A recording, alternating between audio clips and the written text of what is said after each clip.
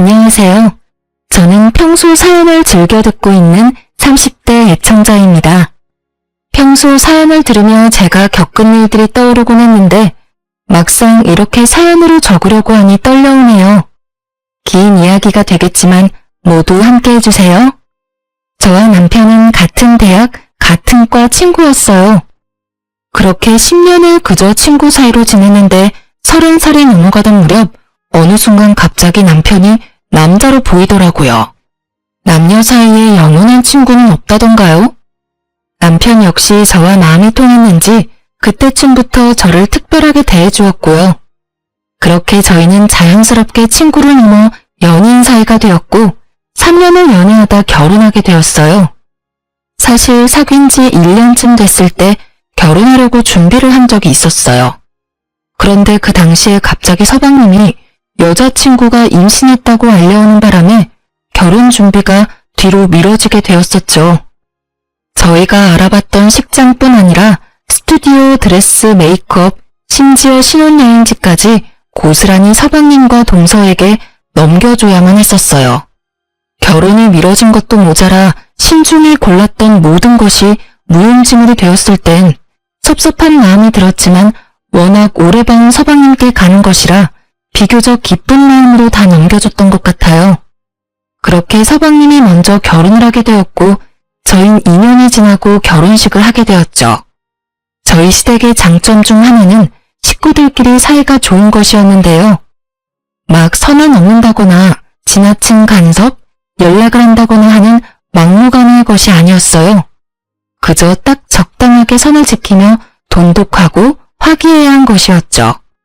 시부모님들도 다 좋으셨고 서방님 역시 저를 잘 따르고 잘 대해주었죠. 딱 한 사람, 동서만 빼고요.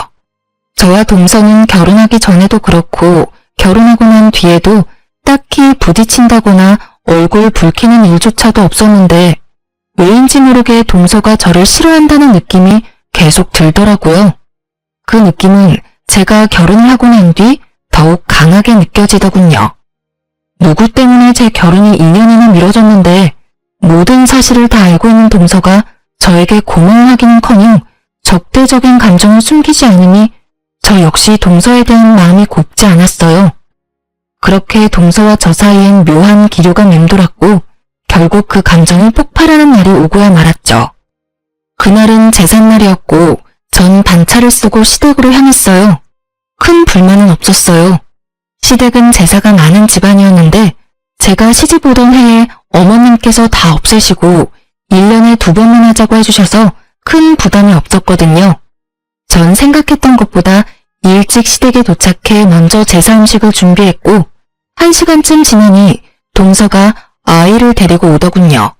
아이도 아직 어리고 하니 동서에게 일을 시킬 생각 따윈 없었기에 전 간단한 인사만 나누고 주방에서 하던 일을 계속하고 있는데 동서가 아이를 안고선 쭈뼛쭈뼛 주방으로 오더라고요. 이리저리 날뛰고 싶어 안달이 난 아이를 안고선 말이죠. 어찌나 그 속이 훤히 보이던지 시집살이 무언지 제대로 알려줄까 하고 고민이 다 되더군요. 하지만 일하기 싫어 안달인 사람 붙잡고 일을 시켜봤자 뭐하나 하는 생각도 들고 그렇지 않아도 힘든데 괜한데 힘을 빼고 싶지 않아 그냥 아무 말도 하지 않았어요. 자신이 그렇게까지 하면 들어가서 쉬어라는 말이라도 할 줄 알았는지 동서는 이러지도 저러지도 못하고 서서 제 눈치를 살피더군요. 저는 끝까지 아무 말 하지 않고 제 앞에 놓인 산더미 같은 일에 집중하는 척을 했고 그런 저를 바라보던 동서는 이윽고 자기 아들 다리를 꼬집어 울려버렸어요. 제 눈으로 보고도 참 믿기지 않더군요. 아무리 상황이 그렇다고 해도 어떻게 자기 아들 다리까지 꼬집어 울릴 수가 있는 건지 제가 봤다는 생각은 전혀 하지 못하는 건지 동서는 소름이 끼치는 연기를 펼치기 시작하더라고요. 어머, 넌 또 왜 울어? 형님, 죄송해요. 저도 좀 도우려고 일찍 온 건데 아무래도 애가 울어서요. 방에 데리고 가서 좀 달래줘야 할 것 같아요. 연기력이 얼마나 출중한지 만약 제가 동서가 꼬집는 장면을 목격하지 못했다면 깜빡 속을 만한 연기력이었어요. 황당한 전 아무 대답도 하지 못하고 있었고 까무러치듯 우는 아기의 소리가 들리자 어머님이 나오시더라고요. 우리 손주 왜 울어? 둘째야, 너 내가 우는데 여기서 뭐하니? 들어가서 애나 달래렴. 원래 애가 어릴 땐 일하고 싶어도 못하는 거야. 네? 그래도 형님 혼자 일하시는데 저 혼자 들어가기 좀 그래서요. 아유, 됐어. 뭘 그런 눈치를 보고 그래? 눈치 주는 사람도 없는데. 아, 그게요, 어머님. 그렇긴 하지만 아무래도 형님 혼자 하시니 제 마음이 좀 불편해서요. 이렇게 말하며 동서가 절 보는데 모르는 사람이 보면 제가 눈치 줬다고 오해하기 딱 좋은 눈초리더라고요. 어머님 역시 동서의 뜻대로 저를 오해하셨는지 저를 빤히 보시기 시작하는데 이대로 참고만 있을 일은 아니다 싶더군요. 전 저를 향하는 시선을 무시한 채 일어나 손을 씻고 동서에게 다가갔어요. 그리고는 동서가 꼬집었던 허벅지를 보여주며 이렇게 말했죠. 동서, 조심 좀 하지 그랬어. 아까 동서가 여기 살 찝는 것 같던데. 여기 봐봐. 아직 빨갛네. 조심 좀 해. 얼마나 아팠으면 애가 까무러치면서 울겠어? 그리고 내가 무슨 말 했어? 난 아무 말도 하지 않았어. 들어가서 아들 먼저 달래줘. 갑자기 꼬집혀서 아픈 건 둘째치고 애가 많이 놀랐겠어. 제 말에 동서는 제가 봤다는 사실을 깨달았고 아이의 허벅지보다 더 붉어진 얼굴을 하고 고개를 숙이더군요. 어머님은 계속해서 찡찡거리는 아이를 안고 방으로 가신다며 주방을 벗어나셨고요. 어머님이 들어가신 후 동서는 숙였던 고개를 획 들더니 화를 내며 저에게 따지기 시작하더군요. 형님, 꼭 이렇게 제 망신을 주셔야 해요? 이왕 모른 척 해주셨으면 끝까지 모른 척 해주시면 되잖아요. 아니, 애초에 저한테 들어가서 쉬라고 한마디 해주셨으면 이런 일까지는 없었잖아요. 적반하장도 유분수지. 누가 누구한테 따지고 드는 건지 모르겠더라고요. 저 역시 참고 또 참고 있는 터라 더는 인내가 남아있지 않았고 오늘이 날이구나 하는 마음으로 동서의 말을 받아쳤어요. 내가 왜 그렇게까지 해야 하는데? 굳이 내가 왜? 그리고 어디서 큰 소리야? 동서가 그렇게 일하기 싫었으면 오늘 좀 늦는다고 연락하고 늦게 오던가. 이왕 와서도 일할 만한 여건이 안 되어서 좀 쉬겠다고 말하면 누가 뭐라고 해? 제가 쉬겠다고 하면 저만 미움받을 거 아니에요. 미움까진 아니더라도 눈치는 보였겠지. 그런데 말이야, 어머님도 그렇고 나도 그렇고 아기가 어린데 굳이 동서까지 일 시킬 마음은 없었어. 그런데 왜 말을 하지 않으세요? 들어가서 쉬라고 한마디만 했으면 됐잖아요. 아까도 말했잖아. 내가 왜 그렇게까지 해야 하냐고. 애는 엄마 품에서 내려와서 놀고 싶어 안달인데 그런 애를 굳이 안고 주방에 와서 서 있는 꼴을 보고 내가 굳이 동서한테 들어가서 쉬라는 말이 하고 싶었겠어? 나 그렇게 성격 좋은 사람 아니야, 동서. 그래서 굳이 어머님도 계시는데 우리 아이 허벅지까지 다 보여주신 거예요? 저 곤란하게 만들려고요? 설마. 나도 그럴 생각까진 없었는데 동서가 내가 말할 수밖에 없는 분위기로 몰고 갔잖아. 난 눈치는커녕 동서한테 말 한마디 한 적도 없는데 어머님 앞에선 내가 눈치 줘서 주방에서 벌선 사람처럼 구니 내가 별다른 방법이 있었겠어? 그래도 내가 마지막 인내심으로 동서가 일부러 꼬집어서 울렸다는 말은 안 했잖아. 내 두 눈을 의심했다 진짜. 다음부턴 그런 짓까지 하지 말고 그냥 말해. 일하기 싫다고. 이게 뭐야? 괜히 동서 혼자 오버해서 애까지 울리고. 난 있잖아. 일하기 싫다는 사람까지 엮어서 같이 고생시킬 마음 없어. 알겠어? 제 말에 동서는 할 말이 없는지 그저 저를 노려보았고 저 역시 동서를 노려봤어요. 그렇게 저와 동서의 눈싸움이 시작되었는데 화난 표정의 어머님이 주방으로 들어오시더군요. 이게 다 무슨 말이야? 일부러 애를 꼬집었다니. 둘째 너, 이게 다 사실이야? 그래요. 분위기가 심상치 않음을 느낀 어머님은 방으로 들어가시긴 했는데 방문을 닫지 않고 이야기를 다 듣고 계셨던 것이었습니다. 모든 사실을 알게 된 어머님은 동서를 나무라기 시작했고 동서는 눈물을 글썽이며 아무 말도 하지 못하고 서 있더군요. 너 그렇게 안 봤는데 아무리 일이 하기 싫다고 해도 어떻게 네 자식 허벅지를 꼬집니? 그리고 잘못은 네가 해놓고 왜 꾸준 형님한테 화풀이 짓이야? 너 우리 없을 때 그딴 식으로 첫째 대하니? 아니에요. 저도 모르게 너무 흥분해서 죄송해요, 어머님. 죄송해요, 형님. 궁지에 몰린 동서는 저에게 용서를 구했고 진심이라고 느껴지지 않는 사과였지만 더는 이를 키우고 싶지 않았기에 전 알겠다고 하고 사건을 일단락시켰습니다. 제사 사건이 있고 난 후 동서는 아예 저를 무시하기 시작하더군요. 다른 사람들이 있을 땐 더없이 깍듯하고 살갑게 굴었지만 아무도 없을 땐 아예 눈길을 주지 않는 이중적인 행동을 이어나갔어요. 저 역시 동서와 똑같이 행동해줬고 자주 마주치는 일이 없었기에 크게 신경 쓰지 않고 지냈죠. 그러던 어느 날 집에 큰일이라면 큰일이 생겨났어요. 총각 때부터 남편의 어깨가 좋지 않았는데 점점 상태가 심각해지더니 결국 수술을 잡게 되었어요.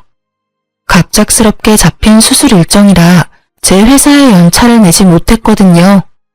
생명과는 무관한 수술이긴 했지만 아무래도 신경이 쓰이더군요.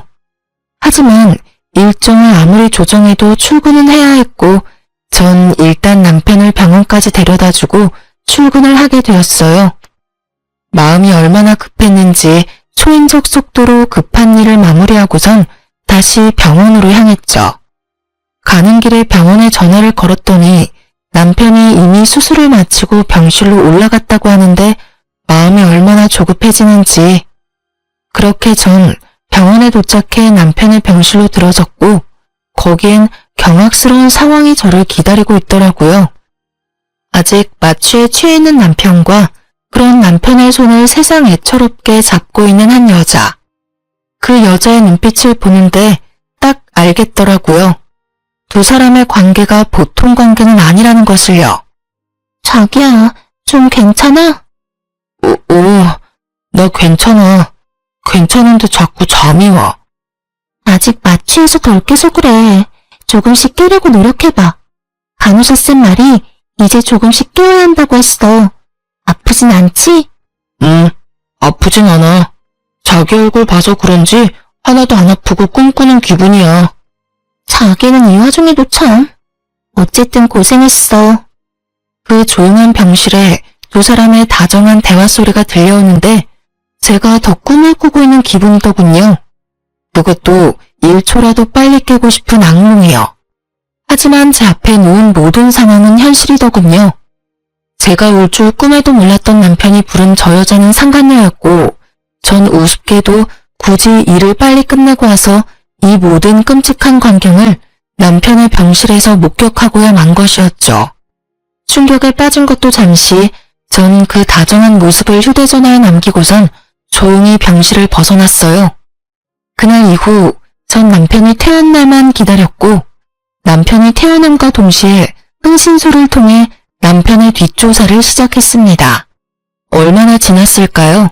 흥신소에서 연락이 왔고 연락을 기다리며 혼자 상상했던 것보다 현실은 더욱더 충격적이었습니다. 두 사람이 만나기 시작한 것이 얼마 되지 않았다는 건 제 예상과 같았어요. 하지만 충격적이었던 것은 두 사람이 만나게 된 계기였죠. 상간녀는 보험사에서 일하는 영업직원이었는데 그 상간녀를 남편에게 보험을 핑계로 삼아 소개해준 사람이 다른 사람도 아닌 바로 동서였던 것입니다. 동서와 상간녀는 친구 사이로 제 남편을 꼬여내기 위해 아주 작정을 한 모양이었어요.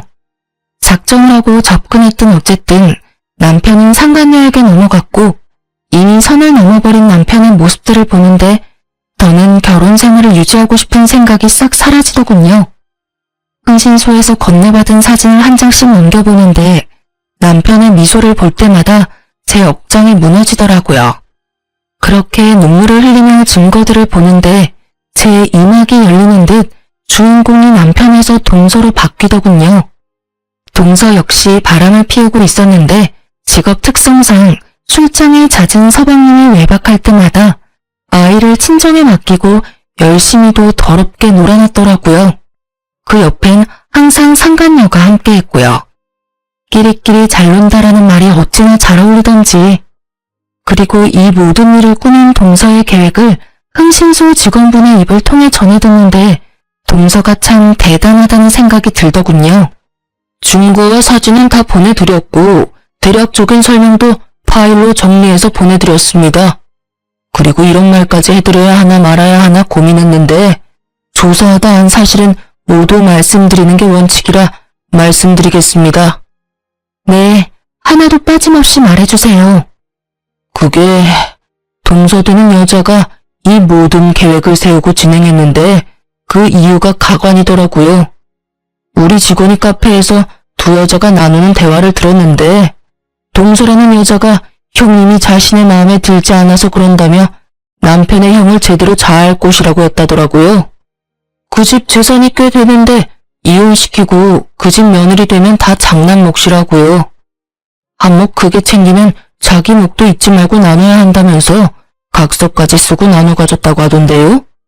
물론 이 대화 내용도 모두 녹음했고 이 파일은 전화 끊는 대로 보내드릴 테니 확인해 보시면 될 것 같습니다. 하여튼 그 여자들 보통 여자들 아니니 사모님도 각별히 조심하시는 게 좋을 것 같아서 말씀드립니다. 아, 네. 감사합니다. 수고 많으셨어요. 전화를 끊은 저는 다시 한번 동서의 대범한 행동에 감탄을 금치 못했어요. 제가 아무리 마음에 들지 않는다고 해도 형님 자리를 바꿀 생각을 한다니. 대담하다고 해야 할지 영악하다고 해야 할지 모르겠더라고요. 하긴 그 정도 되는 여자이니 자기 배 아파 낳은 자식 허벅지도 그렇게 인정사정 없이 꼬집어 올렸겠지만요. 어쨌든 이미 모은 증거들은 확실했지만 저는 확실하게 하기 위해 남편의 휴대전화를 뒤져보았지만 이미 다 삭제한 것인지 아무것도 없더라고요.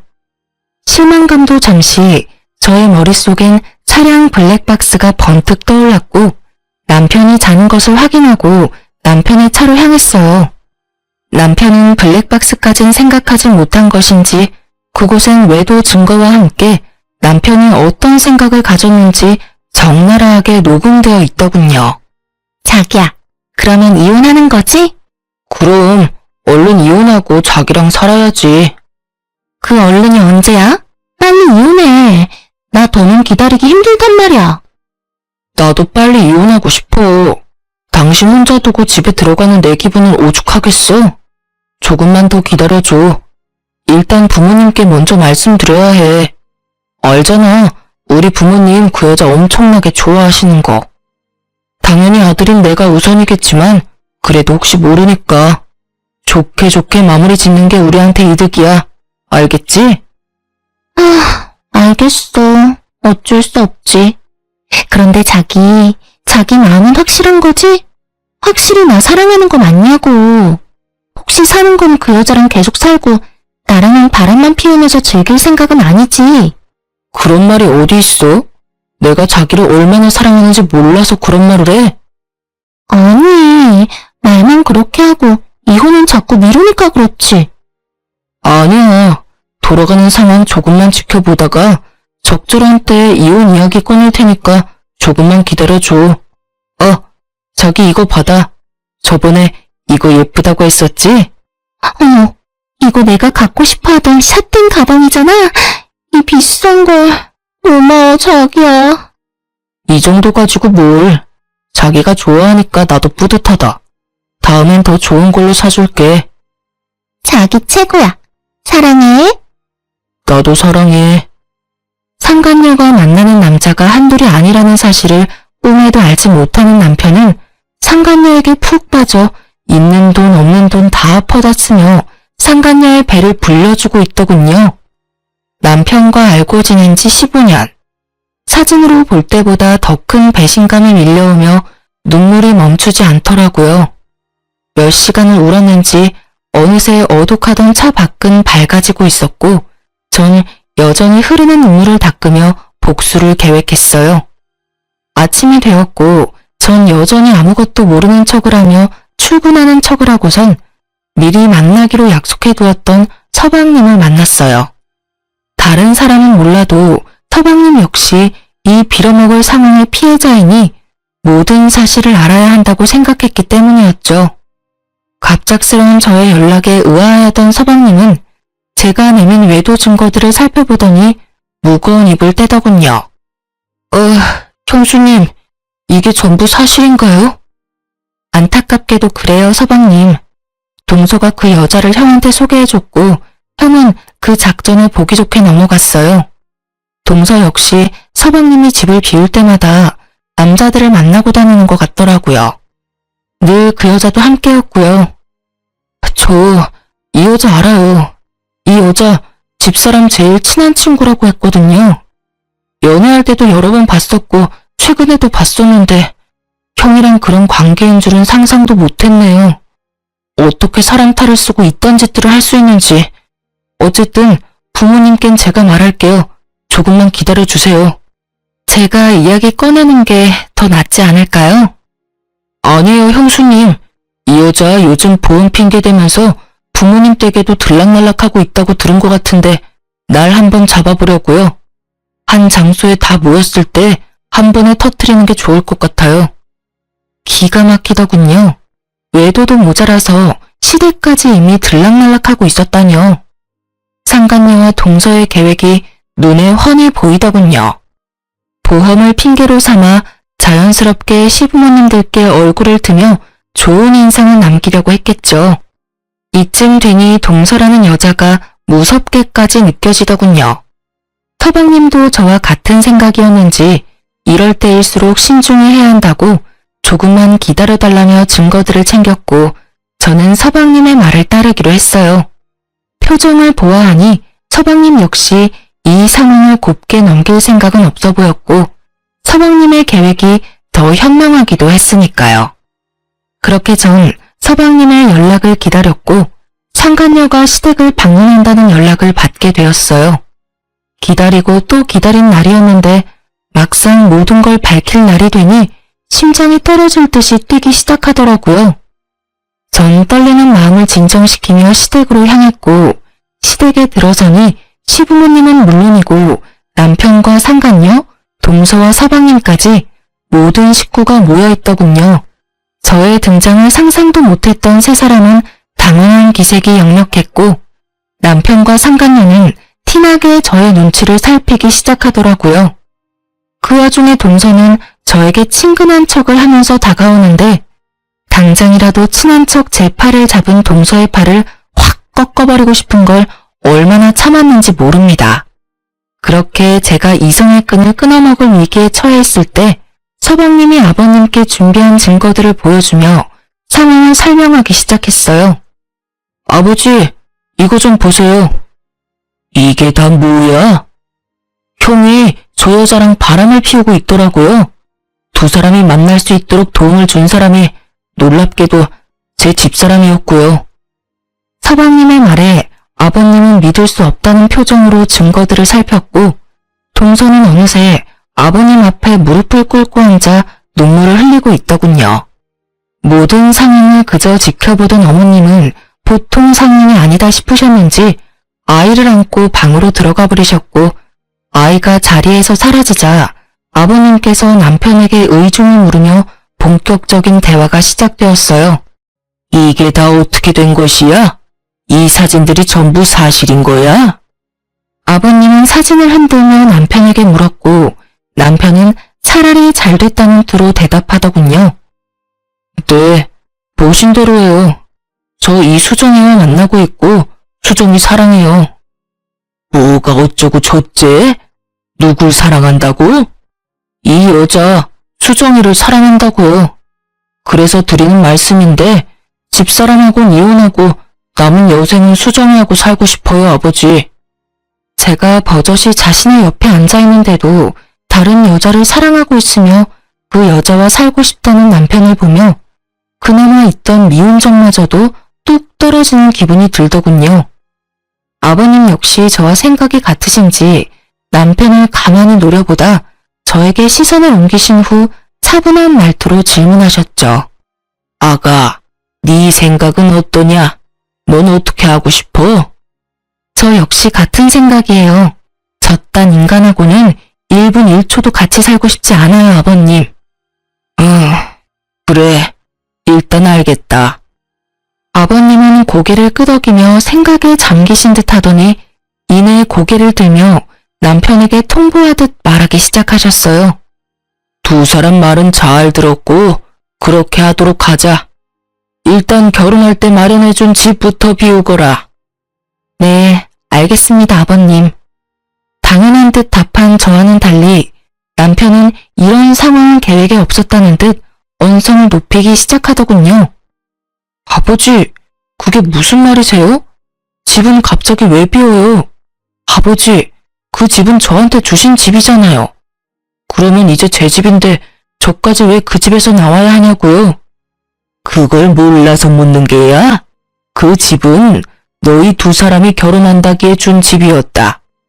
엄연히 따져 말해보자면 네가 아니라 내 며느리한테 주는 뇌물과도 같은 거였어.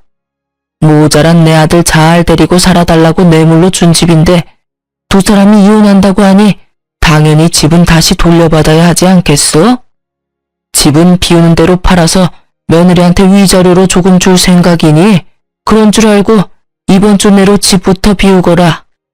아버님은 최대한 차분하게 말씀하셨지만 그런 아버님과는 달리 남편은 더욱 언성이 높아지더라고요. 그럼 저는요? 그 집에서 나오고 나면 저는 어디에서 수정이랑 새 출발해요? 아, 새로 집 얻어주시려고요? 하긴 이 사람이랑 살았던 집에서 수정이랑 계속 사는 것도 좀 그렇긴 하겠다. 아버지, 그럼 집은 언제 얻어주실 건데요? 어쩜 저리도 머릿속이 텅텅 비일 수가 있는 것인지. 남편을 알고 지낸 세월이 15년인데 저렇게 생각 없는 놈이었다는 것을 처음 깨달은 저 자신이 참 한심스럽더군요. 저리 한심한 새끼인 줄도 모르고 이 인생의 절반을 함께 했으니 말이에요.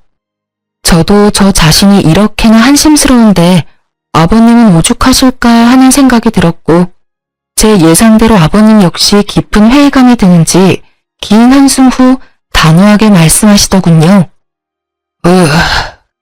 네 놈은 이 상황에서 할 말이 그것뿐인 거야? 다른 사람한텐 몰라도 네 집사람한테는 용서를 구했어야지. 네가 그러고도 사람이라고 할 수 있는 게야? 네가 그러고도 집 해달라는 말이 입 밖으로 나오냐 이 말이다. 아버지 그건 어차피 이미 다 안 상황이고 이제 와서 사과 따위 해봤자 뭐예요. 달라질 게 없는데요. 이걸 말이라고 내뱉고 있는 건지 정말 아버님만 아니었다면 그 자리에서 딱이라도 한 대 때리고 싶은 심정이더라고요. 그런 심정도 잠시 저보다 더 격분하신 아버님이 고작 딱이 한 대보다 더 큰 복수를 남편과 상간녀에게 해주시더군요. 그걸 말이라고 하는 게야? 그러면 어떻게 해요? 이미 제 마음이 그런 걸 어떻게 하냐고요? 그건 그렇고 집은 해주실 거죠? 저 수정이랑 같이 살 집 필요해요, 아버지. 아버지 장남이 길거리에서 사랑하는 여자랑 살 수는 없잖아요. 난 너 같은 놈한테 더는 지원해줄 생각 따위는 없다. 네 입에서 이혼이라는 말이 나오는 그 순간부터 난 아들 하나 없는 셈 치기로 했으니 아무것도 바라지 말거라. 아버지, 이러시는 법이 어딨어? 내 돈으로 내가 알아서 하겠다는데 법이 왜 나와? 더는 긴 말 하지 말거라. 난 그리 결정했고 한번 내린 결정은 절대 번복할 생각 따윈 없으니 혹여나 내가 죽으면 달라지겠지 하는 생각도 하지 말거라. 유언장에 다 적어놓고 죽을 거니 알겠느냐? 아버님의 말씀에 남편뿐 아니라 상간녀의 얼굴까지 사색이 되어버리더군요. 당연했죠. 남편이 가진 거라곤 재산 좀 있는 부모님이 다였는데 그마저도 다 끊긴 위기이니 남편과 상간녀가 그리고 있는 미래가 달라도 너무 달라지는 처지가 되어버렸던 겁니다. 거기에다가 블랙박스를 통해 알게 된 사실으론 그나마 가진 직장마저도 상간녀와 함께 새 출발할 때 아버님께 투자받아 사업을 시작할 요량으로 직장에 사표를 내버렸고 곧 회사에서 나와야 할 상황이니 더욱 앞이 깜깜했겠죠. 사색이 된 남편은 이내 상간녀를 바라보았고 어쩔 수 없다는 듯 이렇게 말하더군요. 자기야, 이왕 이렇게 된 거, 나 그냥 이혼하고 열심히 살아볼 테니까 자기도 나 믿고 열심히 살아줘. 그러면 우리 두 사람 잘 살 수 있지 않을까? 남편의 해맑은 굳건한 다짐에 상간녀의 얼굴은 더욱 사색이 되어가더니 이윽고 소리를 지르며 남편을 뿌리쳤어요. 야, 너 미쳤어? 손이 발이 되게 빌어서 한 푼이라도 받아올 생각을 해야지. 뭐? 열심히 살아달라고? 그게 말이야 똥이야. 내가 미쳤어? 너 같은 거랑 같이 살게? 자기야, 그게 무슨 말이야. 나 사랑한다고 했잖아. 사랑 같은 소리 하네. 그건 네가 네 부모한테 받아올 재산이 있을 때나 한 사랑이고 지금 이 상황에선 안 하지, 사랑. 끼지도 않아? 돈도 한 푼 없고 직장도 없는데 능력까지 없는 너 같은 놈이랑 내가 왜 살아? 너 같으면 같이 살겠니? 난 너 같은 놈이랑 살 생각 전혀 없으니까 나한테 들러붙을 생각도 하지 마라. 알겠어? 한바탕 퍼부은 상간녀는 고래고래 소리를 지른 후 현관을 향해 걸어갔고 그런 상간녀를 동서가 붙잡더군요. 수정아, 진정 좀 해. 네가 지금 이렇게 가면 어떻게 해. 잠시만, 조금만 진정 좀 하자, 응?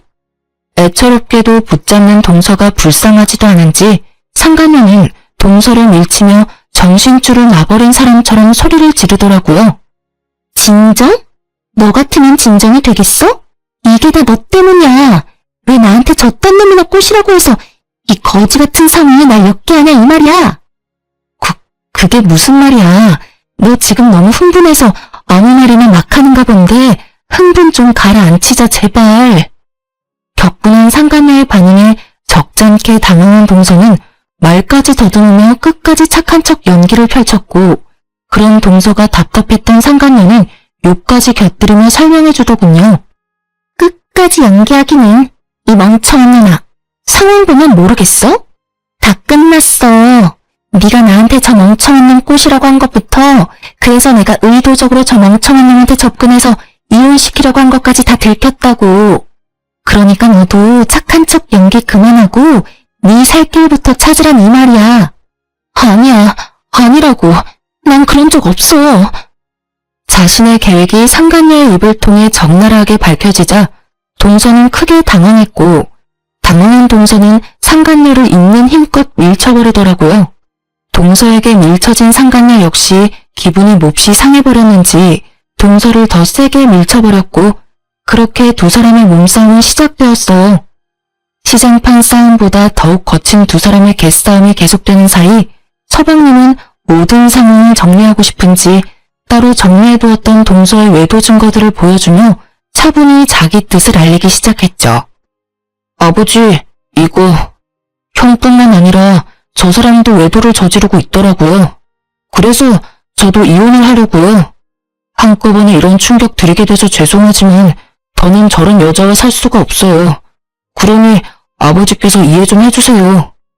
이해는 무슨, 당연히 이혼해야지. 네 형 바람나게 만든 여자를 내가 왜 며느리로 두겠어? 거기에다 바람이라니. 내 눈치 보지 말고 하고 싶은 대로 이혼해. 본격적인 본인의 이혼 이야기가 나오자 동서는 상간녀와의 몸싸움을 멈추고 서방님에게로가 빌기 시작했고 서방님은 그런 동서가 꼴도 보기 싫다는 듯 눈도 마주치지 않더군요. 여보, 이혼이라니. 그게 무슨 말이야. 이거 다 오해야. 거짓말이라고. 그리고 그 사진들도 다 조작된 사진들이야. 이건 다 모함이라고. 그러니까 내 말 좀 들어봐. 당신 이야기는 다 필요 없고 이제부터 난 당신한테 두 가지 선택지를 줄 거야. 두 가지? 그래, 두 가지. 첫 번째는 당신이 깔끔하게 이혼을 해주는 거야. 깔끔하게 이혼한 당신은 몸만 나가게 될 거고, 물론 아이는 내가 키울 거야. 그리고 두 번째는 지금 당신이 생각하는 그거야. 이혼하지 않고 온갖 변명을 대며 질질 끄는 거. 만약 당신이 그렇게 더럽게 나온다면 난 집을 팔아서라도 최고의 변호사를 선임해서 당신 주머니에 든 10원짜리 하나까지 탈탈 털어서 법정 최대 위자료로 받아낼 거야. 아, 물론 이 경우에도 당신은 내 자식을 키우진 못할 거야. 서방님은 단호했고 동서는 머리가 잘 굴러가더군요. 그 짧은 순간에도 어떤 선택이 자신에게 더욱더 이득인지 판단을 내린 동서는 알겠다는 대답과 함께 시댁을 나가버렸고 이 모든 상황을 지켜보던 남편은 상간녀에게 빌기 시작하더군요. 자기야 제발. 나 자기 없으면 안 되는 거 잘 알잖아. 그러지 말고 다시 한 번만 잘 생각해봐. 응? 우리 아버지 말은 저렇게 했어도 나 절대 못 버려. 아버지 마음만 돌리면 우리 둘이 잘 먹고 잘 사는 일만 남은 거라고. 아직도 정신 못 차렸어? 다 끝났어. 끝났다고. 다신 나한테 연락하지 마. 알겠어? 상간녀는 매몰차게 남편을 뿌리치더니 동서와 마찬가지로 시댁을 나가버렸고 이제 남은 사람은 저뿐이었죠. 아무리 남은 사람이 저뿐이라고 하더라도 자신이 보여준 짓거리가 있는데 설마 저에게까지 매달릴까 싶었는데 남편 놈은 그 대단한 짓을 하고야 말더군요. 여보, 나 버릴 거 아니지? 우리 친구로 10년, 연인으로 3년이야. 부부로 산 세월까지 다 하면 15년이 넘는다고. 그간의 세월이 있는데 고작 이런 일로 나 버릴 건 아니지. 이 와중에도 그 흔한 미안하다는 사과 한마디 하지 않는 놈을 보는데 제 심정이 어땠는지 여러분은 짐작이나 가시나요? 말로 표현 못할 5만 가지 감정이 제 머릿속을 오가더라고요.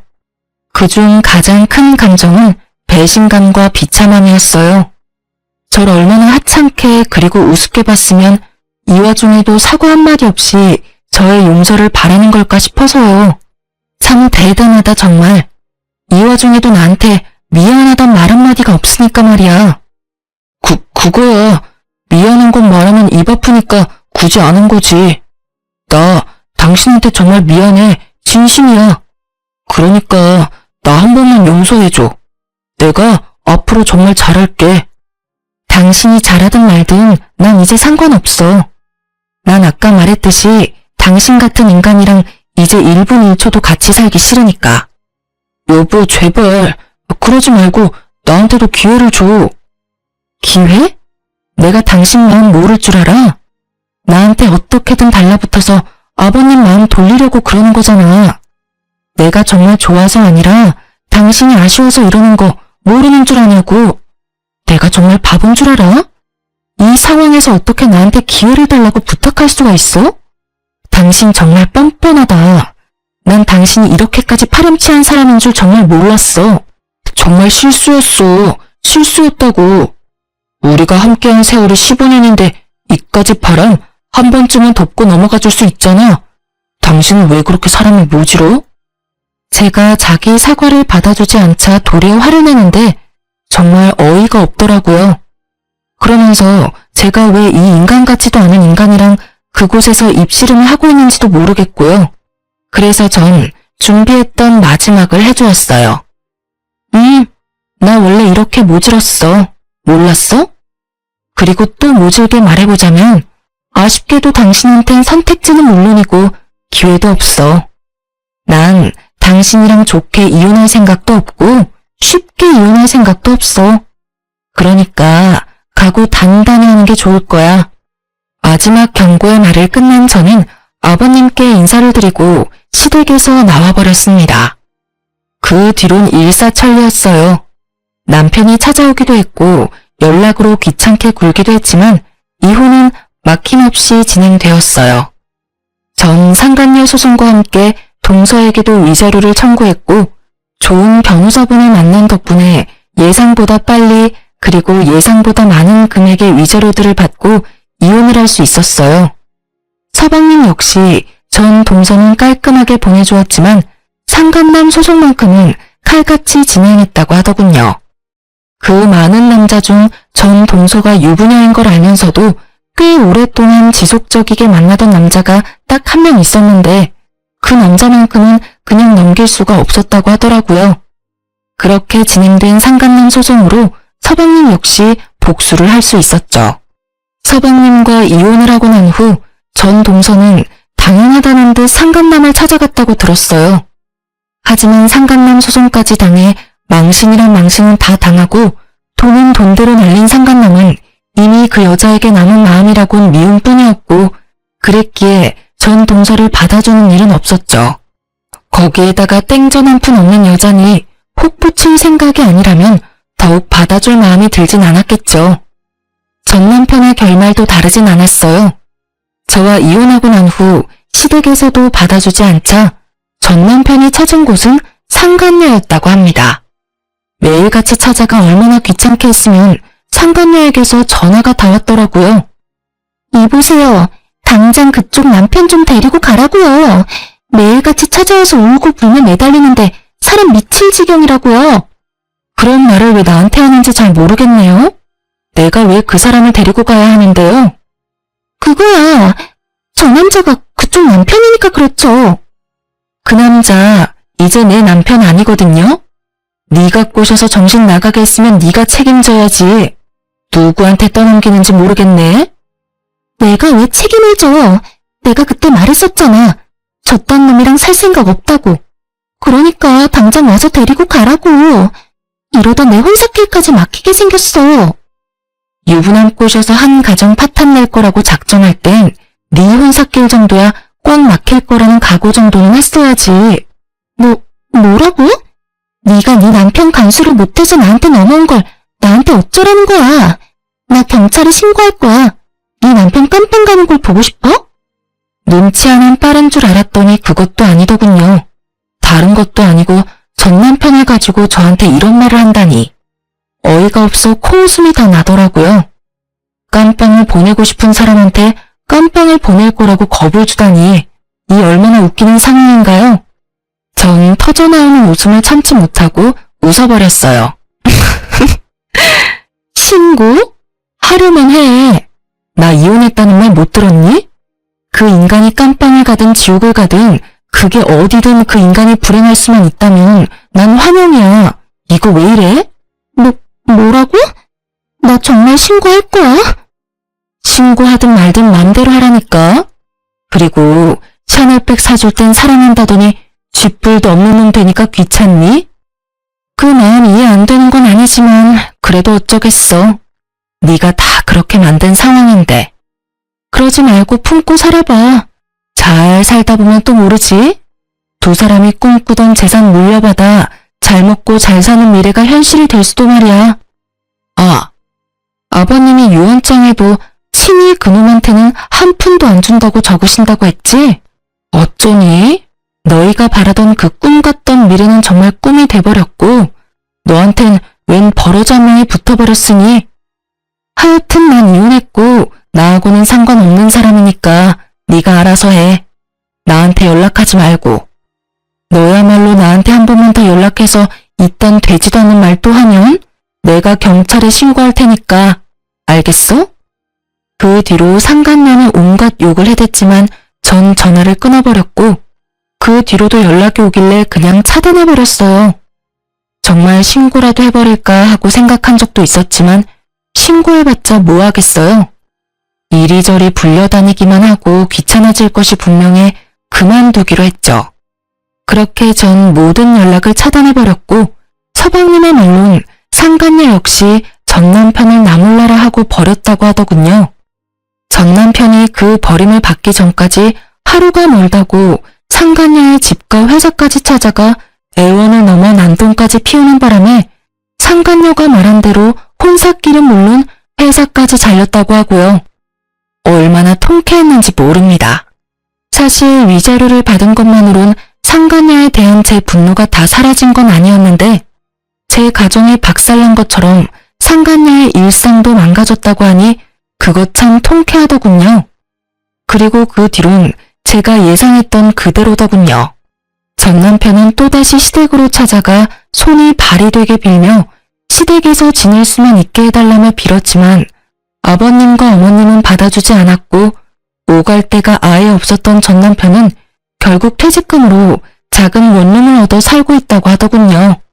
믿었던 모든 사람에게서 버림을 받은 충격 때문인 건지 능력이 부족한 것인지는 모르겠지만 취업은 되지 않았고 그 대신 일용직을 나가며 하루하루를 연명하고 있다고 해요. 그래도 일용직이라도 나가서 생활비라도 벌고 있으니 참 다행이라고 했네요. 돈 한 푼 벌지 않고 수중에 있던 돈마저 떨어지면 저에게 찾아와 또 어떤 귀찮은 짓을 할지는 모르는 일이니까요. 그 소식을 마지막으로 전 서방님을 비롯해 시댁과 연락도 끊어버렸어요. 악한 감정은 없었지만 아무래도 전 남편과의 기억이 계속 떠올라 관계를 지속할 수는 없겠더라고요. 일단 저도 살아야 했으니까요. 전 이혼하고 난 후 사연에서 듣던 것처럼 잘 지내지진 않더군요. 남편을 사랑하는 마음이 남은 건 아니었지만 몰아치는 감정의 소용돌이 속에서 방황했던 것 같아요. 때론 슬펐고 때론 무기력했고 때론 한탄도 했고요. 괜찮아졌다 싶으면 어김없이 떠오르는 함께했던 세월이 저를 참 많이도 힘들게 괴롭혔습니다. 한동안은 그 모든 감정을 외면한 채 지냈는데 외면하는 것이 정답이 아니라는 생각이 어느 날 들더군요. 그날부턴 전 그 감정들을 당연한 일이라고 여기기로 했고 그 당연한 힘듦을 받아들이기 시작했어요. 그렇게 3년이 지난 지금은 사연으로 이혼 이야기를 적을 만큼은 덤덤해진 것 같아요. 아주 가끔은 좋았던 기억도 또 가끔은 나빴던 기억도 떠오르긴 하지만 그마저도 그랬었지 하고 씁쓸한 웃음 정도는 지으며 넘길 수 있는 정도가 되었어요. 요즘 전 작은 카페를 차려 운영하고 있어요. 회사는 이혼 후 마음이 많이 힘들었던 시기에 동료들에게 민폐만 끼치는 것 같아 그만두게 되었고 한동안은 휴식기를 가지다 찾은 취미가 커피였어요. 평소 제빵을 좋아하기도 했던 터라 쉬는 동안 기분 환기도 시킬 겸 배워뒀던 것이 직업이 되었네요. 처음엔 적자였던 가게가 이젠 꽤 좋아졌어요. 나름 단골도 많이 생겼고 수입도 많아진 것이 꽤 괜찮은 가게가 되었죠. 그렇다고 해서 너무 바쁜 것은 아니라서 저만의 시간을 보내기에도 딱 안성맞춤이에요. 전 이런 제 삶에 아주 만족하며 지내고 있고 앞으로도 제 삶과 저의 안정을 위해 더 노력하고 더 열심히 살아갈 예정이에요. 이로써 제 이야기는 끝이 났어요. 어떠셨나요? 욕들 많이 하셨나요? 전 사연을 들을 때마다 혼자 그렇게 욕을 하거든요. 어쨌든 저의 긴 이야기 잘 들어주셔서 너무 감사하고 또 감사합니다. 오늘도 좋은 하루 되세요.